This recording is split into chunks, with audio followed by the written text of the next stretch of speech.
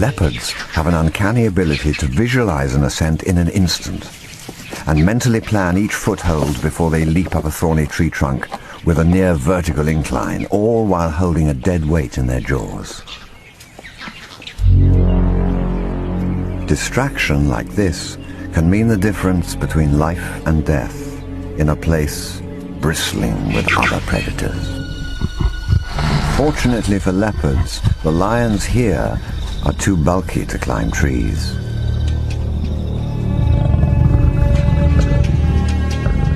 Suddenly, there were lions everywhere, young, energetic lions that don't know their limitations. They are always keen to drag another cat down and rip it to pieces. Even turning around is difficult, and they often end up in an undignified heap at the base of the tree.